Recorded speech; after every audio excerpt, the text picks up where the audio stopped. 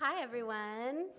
My name is Allison Bowles, and I'm the Education and Community Programming Director for La Jolla Music Society. I'm going to have all my guests introduce themselves and share a little bit about who they are in just a moment, but I wanted to talk first about sort of what we're going to be discussing today. And there's sort of two sides to a similar coin.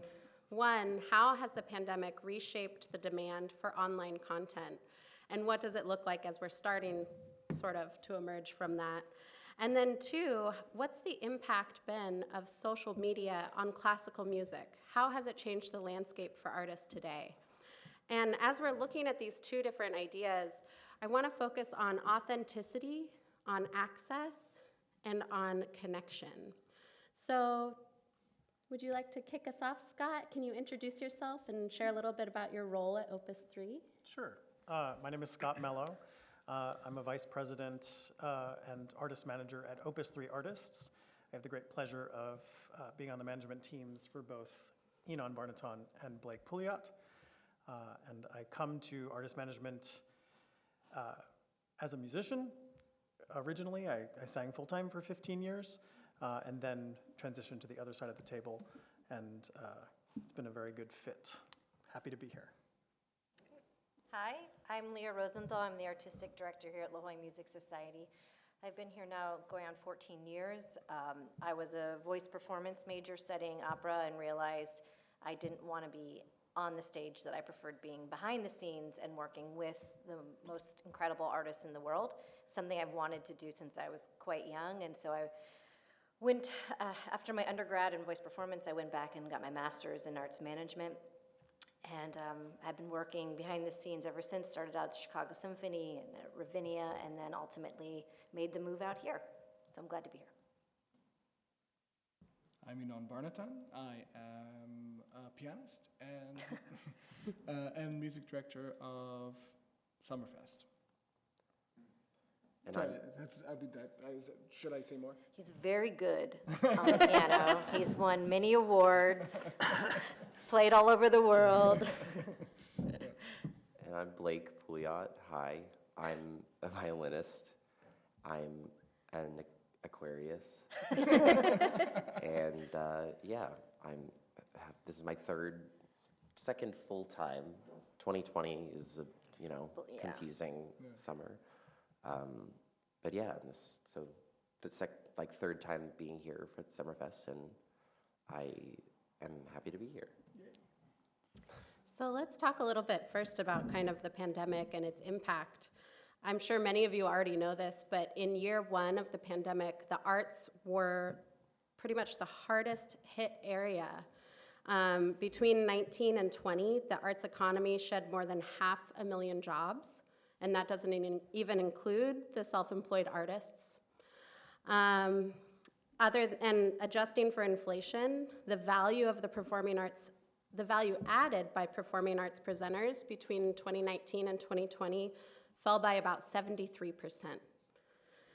So you can imagine that we were all struggling in this industry, but I have to say, in a brighter note, so that I don't just bring this whole talk down, that because we're in a state-of-the-art facility here at the Conrad, and we had just opened in April of 2019, we were actually able to live stream, including 6 full evening-length performances during SummerFest of 2020.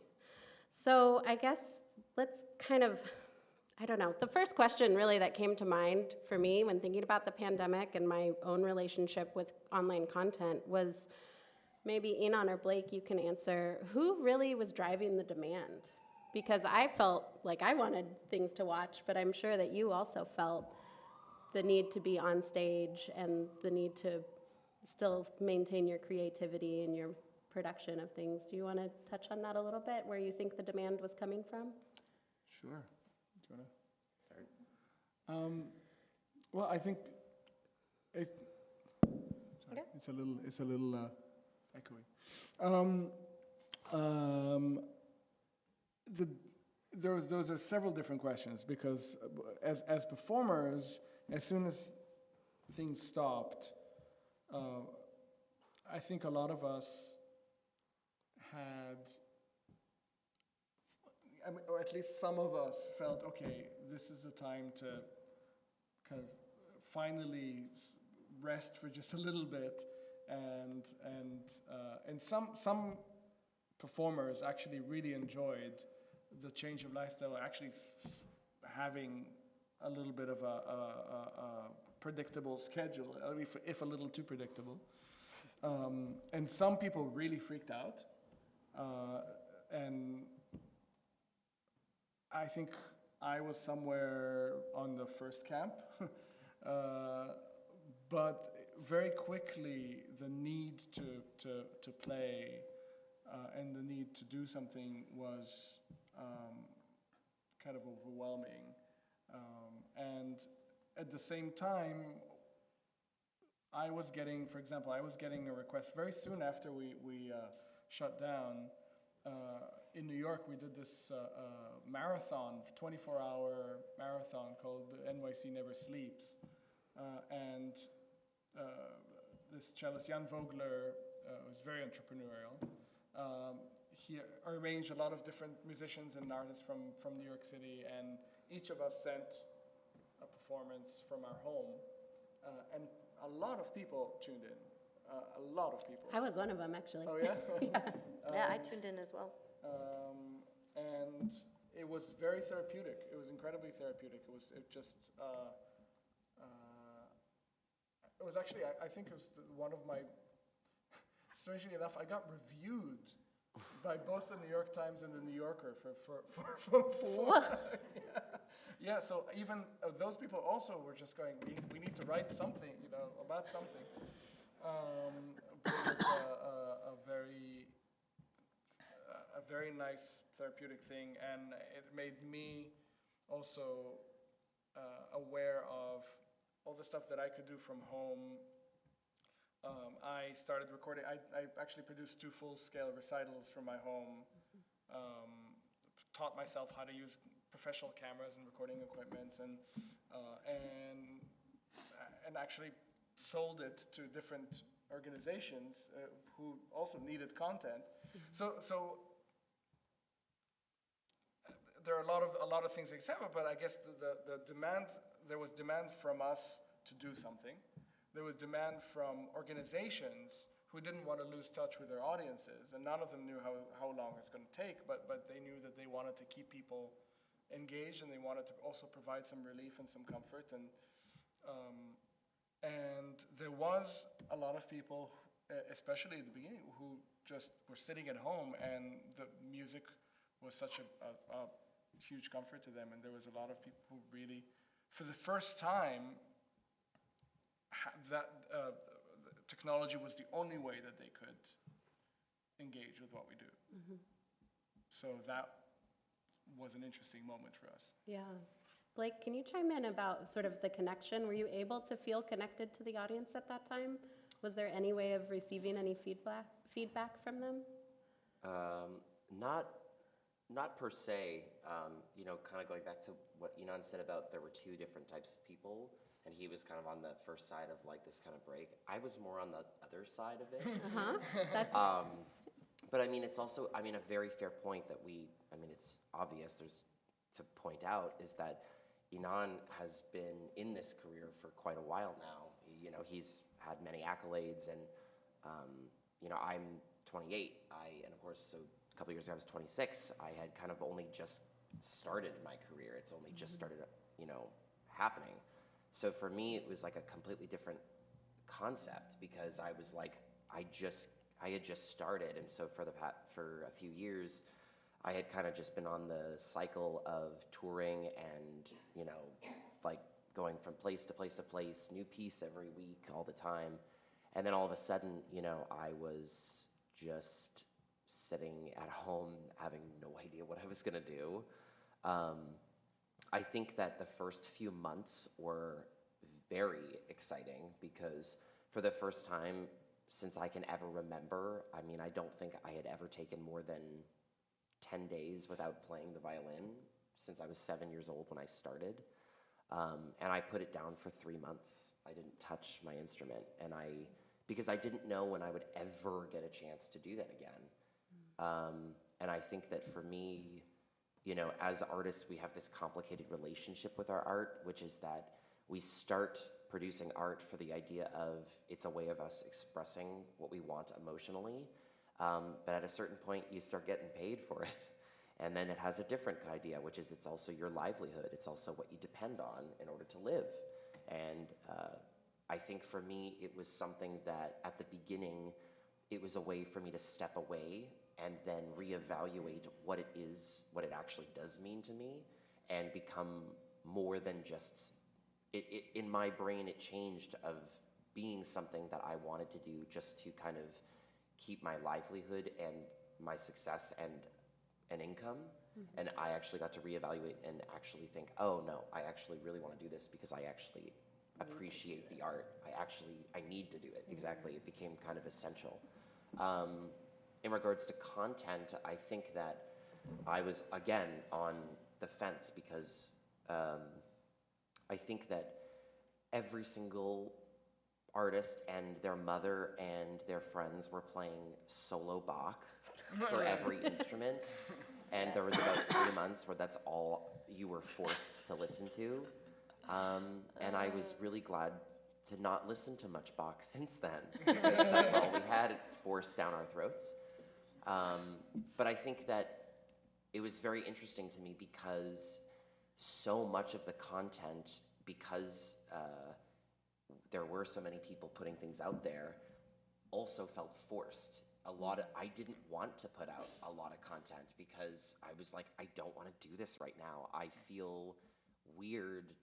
I'm not happy with what's happening. I don't feel good about myself and the state of the world, and I don't feel authentic putting out content. It was a very hard for me because I craved the connection, the rapport with the audience was one of the most powerful things to me. It felt, I wasn't in a place to selfishly, what to me felt like I wasn't ready to embrace it for myself yet. I needed to kind of relearn what that desire in my own sense of what it meant before I was ready to start sharing again.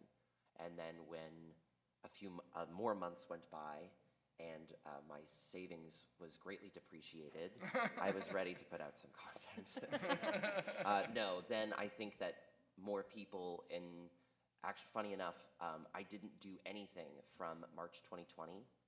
And the first thing when I played again, not only with other people or in any sort of sense of the word, was in August 2020, I got an email from Inan. And he said, we're putting together some concerts at La Jolla SummerFest. I live in LA. Is there any chance you'd be able to come down here? And I said, sure. Sure, I will. And that was this. So here was actually my first performances since when the pandemic started. And it was so incredible. I performed with Inan, Tessa Lark, Elisa Wallerstein, Yura, Clive Greensmith, and colleagues and friends of mine, artists that I know and admire and respect. And it jolted all of my ambition once again to work with people. And from then on, I started working again. Wow. Yeah. That's great.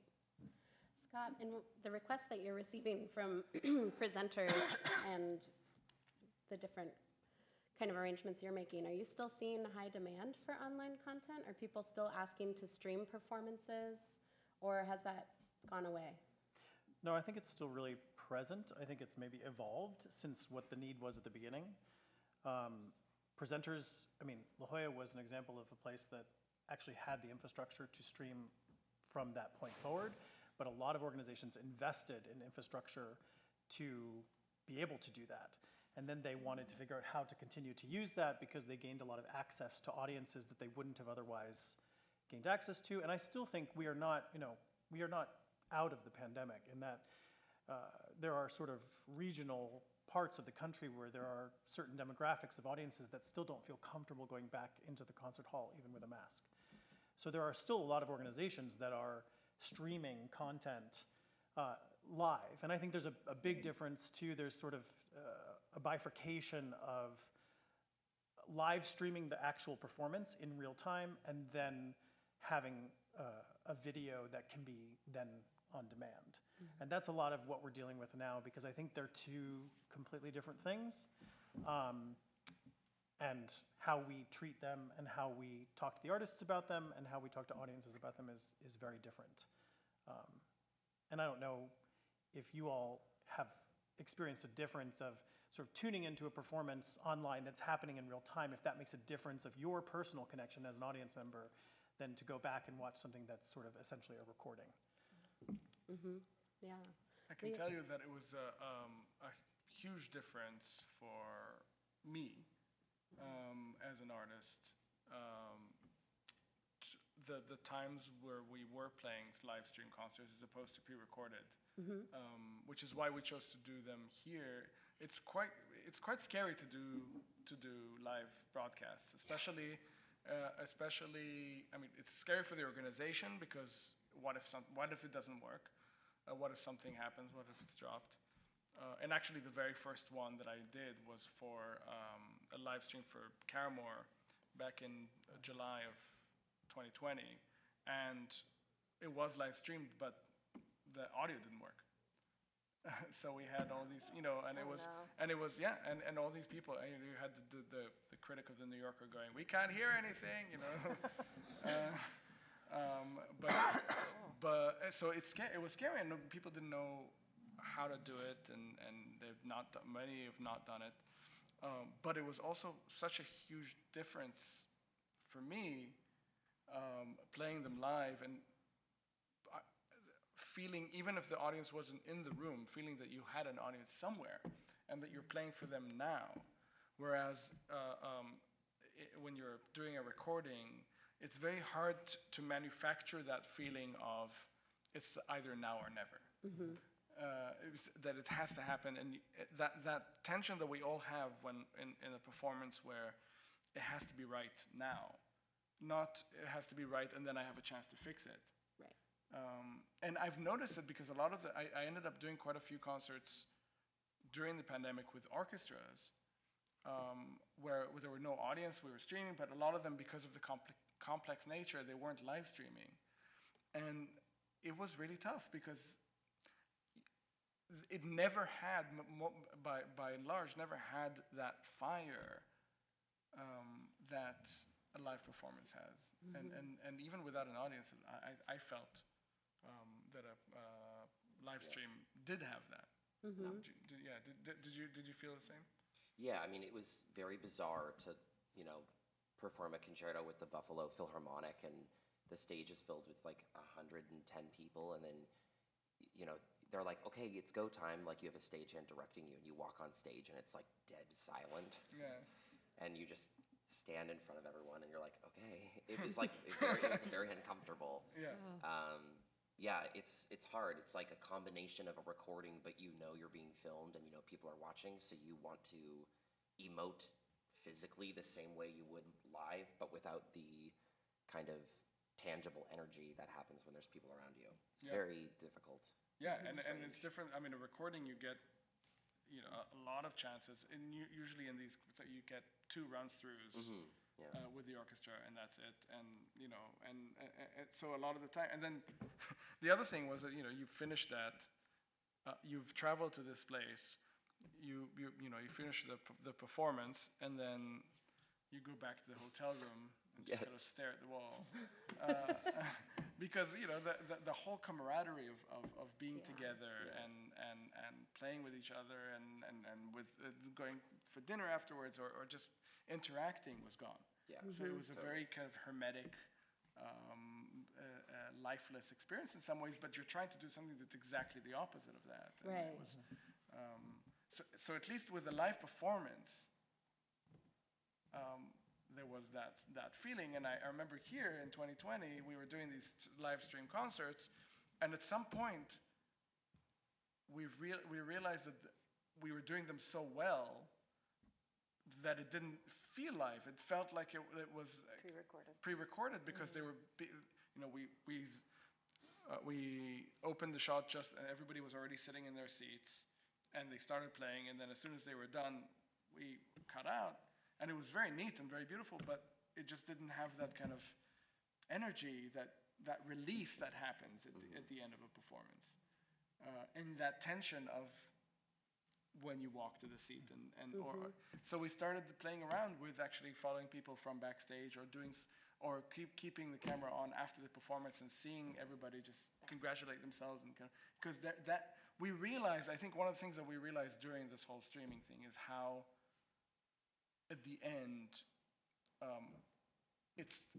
you need that interaction, you need that tension, you need that like intangible and tangible evidence of the tension release. Yeah, But kind isn't of the connection. isn't that a really encouraging thing, though, especially for presenters, that it's sort of proof that the ecosystem is alive and that there's this sort of energy behind community and interaction with the audience that is you cannot recreate in that particular scenario. So that it's an integral part of the performance to have the energy from the audience and the community sort of communication back and forth between performer and audience that makes why we want to be in a live theater experience. Well, as a presenter, just like Blake said he didn't want to hear any more Bach, I didn't want to see another live stream at some point, because unless you were an early adopter or the Berlin Phil or an organization that everybody in the world wants to travel to, they were Wigmore Hall, their streams were in the thousands and thousands in donations. And so in the beginning, you could sort of find your avenue that you would have enough viewers that were supporting it. And then when more and more people were putting out more and more content from every presenting organization, then everyone was sort of just interacting with their own little niche market. And so your reach wasn't really growing. You were able to reach the people that weren't coming here, but we really tried to figure out, well, how do we expand our reach? We had hopes of attracting national, international, and I don't think we ever, to be honest, met sort of that goal that we had set in mind, that we were actually going to engage more people from around, but we really were able just to engage and connect with our core to keep them connected to this organization and on board. So that was a little bit different, and I think for us, we are capturing on demand to put some packaging together after the festival, but I think I have found that online content, social media, streaming really has helped to enhance the activities around the performance more than the concert, whether it's a lecture, whether it's interviews with the artist, whether it's following someone around before they get here. Being a presenter where an artist comes in and it's one night or they're here for a week, we're able to create those relationships using social media, using online content, so that we can feel like we have more of a connection with the artists that are coming and or the program outside of the actual performance. We found that, for example, we're not live streaming any of our concerts this year, Right. but we are our education activities. So, Yeah. Well, I saw one hand come up. Let's take a couple questions before we switch over to social media. So would you like to continue and tell us a little bit about your own social media use? Yes. And how you curate that perfect life for all of us to see? Absolutely. I loathe social media. Which is exactly why I invited you on this panel. I despise it. Yes, I think I've suffered understanding my own place on social media for a while. I think that, part of the reason, I'm on this panel is that, social media has been a part of my life as someone who's 28 years old since I was, 13. It was, your social etiquette belonged on Facebook, which of course now I will go talk to kids who are 13 and I tell them I have Facebook and they think that they call me a fogey because I have Facebook. So it's changing it's always moving very quickly. My own impression of it has been that at first I think I was very attracted to the idea of it because it's fun. It was a profile, it was a calling card. I think particularly on my ascension, in classical music, there's no necessary rubric of how becoming a soloist happens. For all of us, it's a different road. However, on your ascension, before you start working with a major agency or a label, people they want to know who you are. They want to see what your personality is like. They want to know, you know, what you do. They want to. This is your profile. This is our LinkedIn, basically, and they want to see that part of you. And I think that it was very important for that. And when I started performing more, I found it. I think as I've been immersed in the industry a little bit longer, one of the things I struggle with the most is seeing colleagues of mine who have a fantastic media presence and, excuse my language, are assholes, are terrible, or I think their artistry is abysmal, but they have a fantastic media presence and they have a wonderful following. They have people because of this fantasy that they've created, because they're the people that know, they understand. They're gonna get in their tux and they're gonna get a backdrop and they're gonna get wonderful things, and you know, they're constantly taking good angles, you know? I mean, you'd think none of them have pores because they look so good, you know? And I think for me, it was, for my own media, I think that I've switched in different directions and I change my mind all the time. I'm sure, you know, I don't want to say the same thing, but for the past couple months, I think after the pandemic, where I was so conscious about updating people because that was the only way we had a connection, for the last 6 or 7 months, I feel like I've been very hesitant with my online presence because we've been doing so much live performance again, and it's been so much more fulfilling that I haven't really leaned into any of that. But I can say that the response that I've seen online from people, I've actually seen a lot of benefit to it because of the fact that I think in my age demographic, to be not super present all the time actually creates a little bit of curiosity with people because they are fascinated. They want to know what I'm doing, and I don't tell them. And so they have to kind of figure it out a little bit, and for me, it's actually kind of worked. It's been, and it's great because it's way less effort. Yeah. But it's hard to the authentic. Every time I try to post something, I really want it to be, you know, I want to show, you know, how do I capture every part that I want you to see of myself in a photo? I don't think I can, and I struggle with trying to do that. You know, I think that I play classical violin for a living, and I adore what I do. But I'm a ham, and I'm bonkers, and I'm, you know, kind of kooky, and not everyone wants to see that. So, you know. It was great fun watching you yesterday. Oh, thank you. Thank you. Well, yeah, you know, I mean, I think that's it, is that I want that to speak for itself, because that's what I enjoy to do, and I'd way rather have a conversation with people off stage and say, come talk to me. I'm Canadian, so I'm pretty friendly, I promise. Yeah, but I don't know.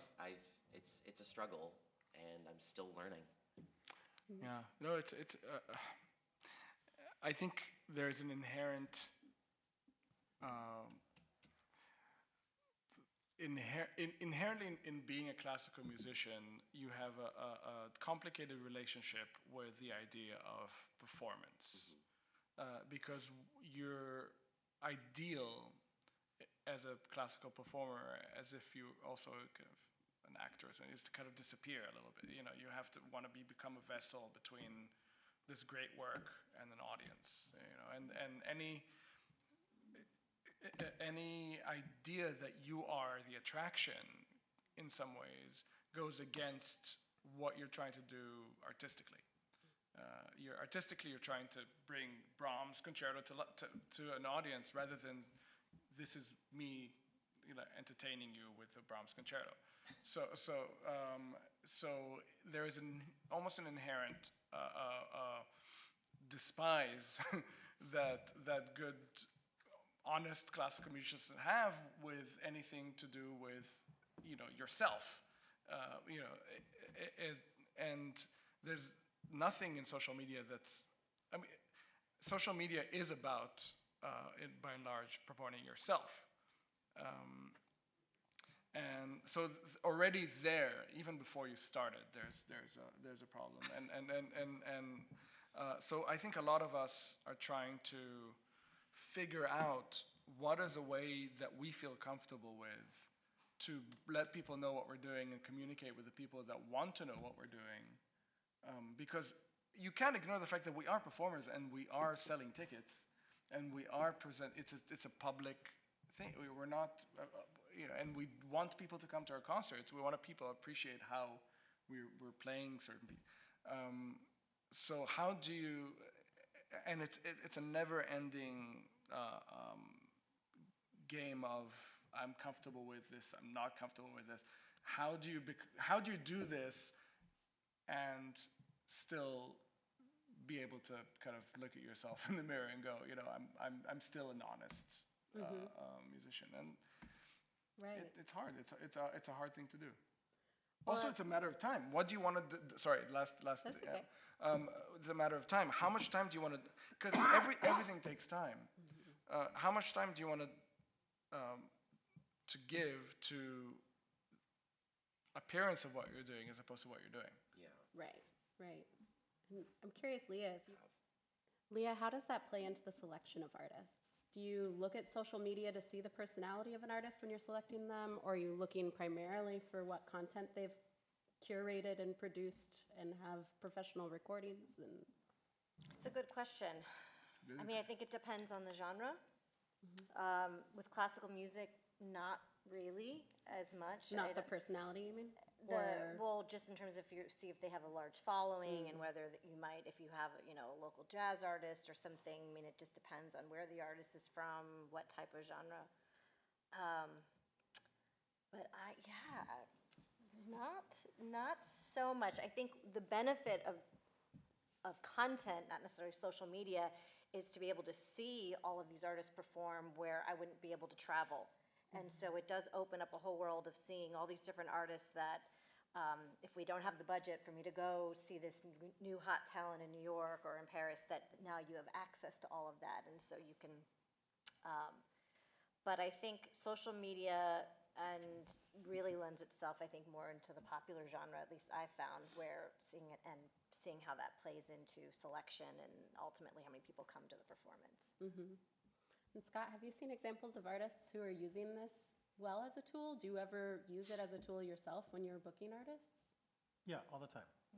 So I think it's important to say actually that Leah has really good taste, and so she doesn't need to rely on some of those things. But I will speak to presenters sometimes, and it's revealing a bit, where we're talking about classical soloists, and their first question is, how many Instagram followers do they have? Really? Yeah. Really? I've never thought about that. I said, you have good taste. Thank you. So, but I think at the end of the day, social media is still a tool, and how you wield that tool is up to the user. And it can be very, very effective. And I think you said this at the beginning, and you have both said this in your own way, is that authenticity is really important. And how you feel comfortable and how you amplify yourself with that particular tool. I mean, Blake was saying Facebook, that is considered actually quite passé at this point, and that Instagram is really the tool that is being the most leveraged, and then in the pop world, TikTok is really the tool. I mean, TikTok is a $4.6 billion company as of 2021, and starting to encroach on these larger social media spaces. And the pop world, pop artists will say to you, I can't function without TikTok. Even if I don't want to do it, I have to do it. Right. So I think we're lucky that we're talking about performing arts and sort of an authenticity of art form that, as Enon said, there's a little bit of space between you and the actual art form, right? You are the vessel that is interpreting this particular genre. And so there is an honoring of both all of the history of that particular art form that has come before you and how you are amplifying that through yourself. But it can happen very authentically on social media. And I think that there are people who do it very successfully. And what I always say to my clients who want to have that conversation is the most important thing is that you don't assume that something is successful for you because it worked for somebody else.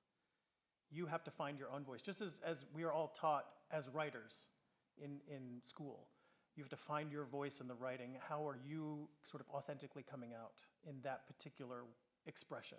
I think the same is true for acting, for anyone who's studied acting. If you're a method actor, you are taking some part of yourself and you're infusing it into that particular character. And social media very much has an element to that. And I think audiences, whether they know it or not, instinctually can see when the person is not being authentic, and they gravitate towards the people who are authentically representing themselves in whatever form that takes. And I think that can be quite powerful. And I think for a performing arts organization like La Jolla Music Society and then our festival, it's sort of the flip side of being able to see our name linked with artists that have significant followings or have a certain brand. And so that's more important. I see it more as an organizationally. It's important for us if Enon posts and Blake and Yo-Yo and say, oh, I had a wonderful time at La Jolla Music Society or at SummerFest, then people then see our names, their followers see our name, and then it keeps elevating our own status. So whereas most people, you are looking at it individually as artists, we're looking at how can these artists help our organization with our own brand. And so it's a slightly different perspective. I have two thoughts about this. Like one is that sometimes I have the feeling, unless you're one of those people, and there are some very wonderful colleagues of ours that are incredibly good at creating content and connecting with tens of thousands of. Augustine is a good example. Really good at connecting with audiences and with fans, and there are people that don't want to put that level of commitment to that, and anything below and anything kind of shy of that sometimes is pointless. So the two thoughts are, one is sometimes I feel that what we're doing in social media is less connected to following by audience, but actually more in industry. Meaning so that people when whoever, Carnegie Hall or whatever, the people that follow me, a lot of them are from the music industry. Everybody from, whether it's conductors and presenters and a lot of people in the industry. I'm a super fan, just so you know. I got a little. Well, people just, it's kind of anytime you post something, that whole group of people know what you're doing. So they know, and then you're in their mind, and then, so it's less about, because there is that, and that second thought is that question of how much does following on social media translate into people that buy tickets that actually buy tickets to your concerts. I don't know that there is. Sometimes some people have, if you are really, if that's your life and you put so much into it, maybe that translates it. But anything less than that, I think, I don't think that there is necessarily a correlation between number of followers and an audience. Yeah, it's a great question. I mean, I feel like we have the same question. How do we convert our followers at La Jolla Music Society into ticket buyers too? It's the same struggle maybe that artists are facing. Do you have any stats to share? Or any? Yeah, I don't have any direct stats off the top of my head, but I do think it's the biggest challenge for classical music. Because also, what audience demographic is interfacing with the particular platform? And I think those things are at odds, right? And so ticket sales actually translating, sort of people who are engaging in the media with ticket sales is the most prevalent amongst pop music, and it's most prevalent now on TikTok. The algorithm serves it, and actually TikTok works very differently than Facebook or Instagram or Twitter, so it's the other reason why they're able to sort of translate that into direct sort of merchandise buying. But I think it's really difficult for the people who are in performing arts presentation in the nonprofit world to do that, because also the pop world operates on everything is so fast. And so it's inflated. Inflated, and tours are also, those things happen on a much shorter and more compact time frame. In the classical performing arts world, we are announcing things sometimes a full year in advance, which means it's been booked a year and a half to 2 years in advance. So there's a much longer tail and runway, and it's almost sometimes harder to build and maintain excitement about purchasing tickets and getting excited for that on that particular runway. I think one of the things that was interesting about the pandemic is we were all forced to think in shorter chunks. So people started not offering season tickets in the same way. I actually don't know how you address this specifically. Yes, But similar. I'd be curious to know. But the watching audiences sort of not plan so far ahead and think, okay, well, we're gonna sell tickets by quarter. Or we're just gonna say, well, these 3 concerts are announced and now we're selling those tickets for those things. And people, I think, on the whole, saw a really different engagement of ticket buyer. And now we're seeing also an evolution of that. But it does connect to social media in a really interesting way. But I do think it's really difficult to translate it because of the demographic of users for a specific platform to ticket buyers. And that's the challenge.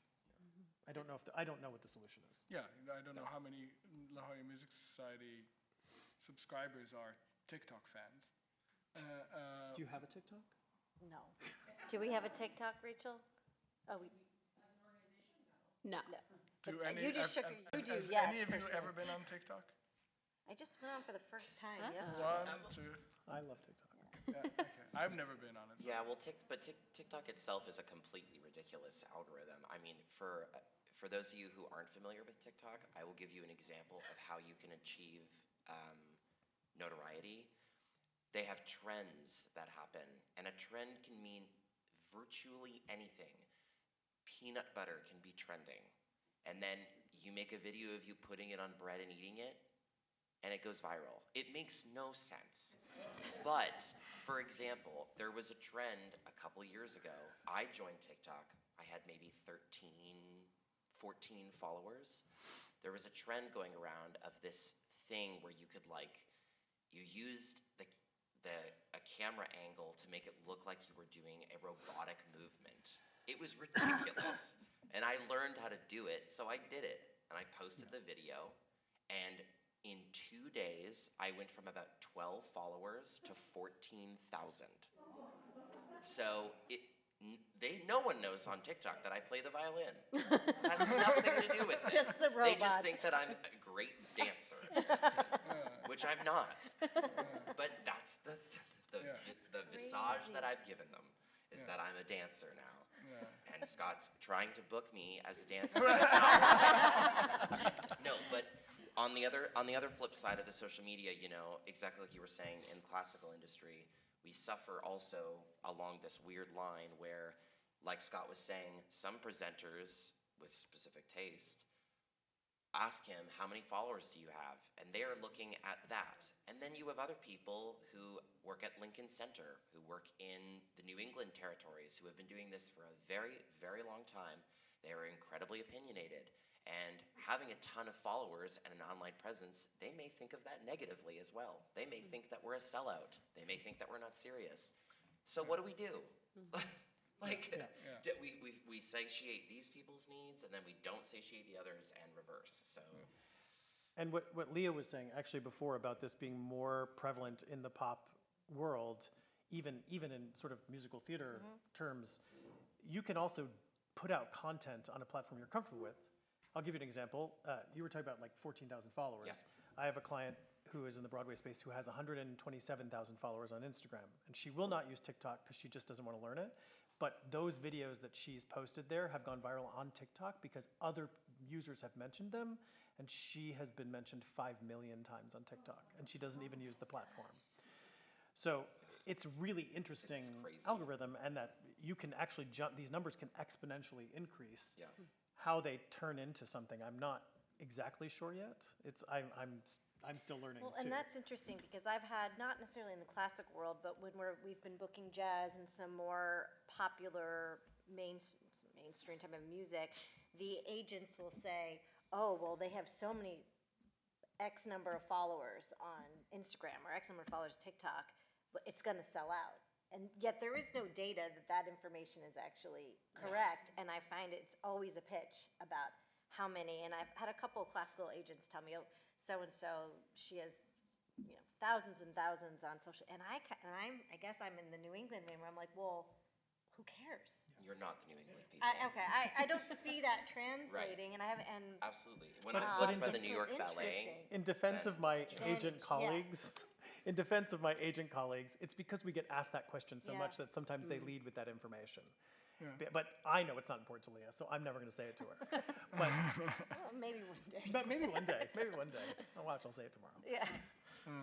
Well, with that, I think we need to wrap up. So thank you all for being here today. Really appreciate it. And we'll see you at another event coming up.